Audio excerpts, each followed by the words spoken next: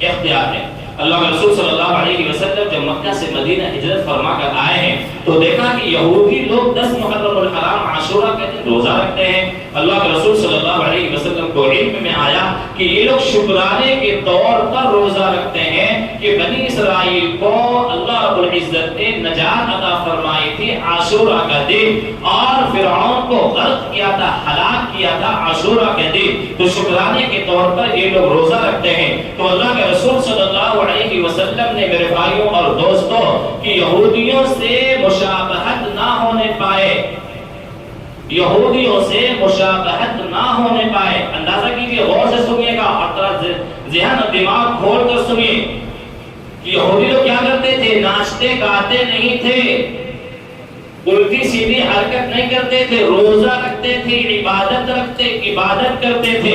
اللہ کے رسول کے علم میں آیا کہ عاشورہ کے دن یہودی عبادت کے اور شکرانے کے طور پر روزہ رکھتے ہیں، تو اللہ کے رسول نے فرمایا خالف الیہود، یہود کی مخالفت کرو اور ایک روزہ چاہے آگے اور ایک روزہ چاہے پیچھے رکھو تاکہ ان کی مشابہت سے بچ سکو۔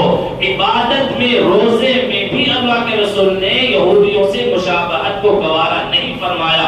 آج ہماری مشابہت دیکھیں، وضاحتہ میں ہم یہودیوں سے مشابہت، چہرے میں یہودیوں سے مشابہت، لباس میں یہودیوں سے مشابہت، طرز زندگی میں یہودیوں سے مشابہت، لائف سٹائل میں یہودیوں سے مشابہت، کھانے پینے میں یہودیوں سے مشابہت۔ اللہ کے رسول کو عبادت میں یہودیوں سے مشابہت گوارا نہیں تھی، لیکن ہم لوگوں کی پوری زندگی یہودیوں کی مشابہت میں گزر رہی ہے، تو اللہ کی رحمت ہمارے اوپر کیسے نازل ہوگی؟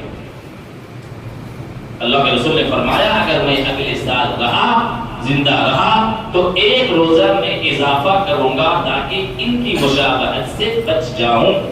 لیکن اللہ کے رسول صلی اللہ علیہ وسلم محرم آنے سے پہلے اللہ کے رسول کا وصال ہو گیا، لیکن صحابہ کرام کا، تابعین کا، علماء کرام کا طرز یہ رہا ہے کہ عاشورہ کے دن روزہ رکھتے تھے اور ایک دن آگے یا پیچھے اضافہ کر لیتے تھے کہ کیوں؟ اللہ کے رسول کی چاہت اور تمنا تھی اس کو پورا کرتے۔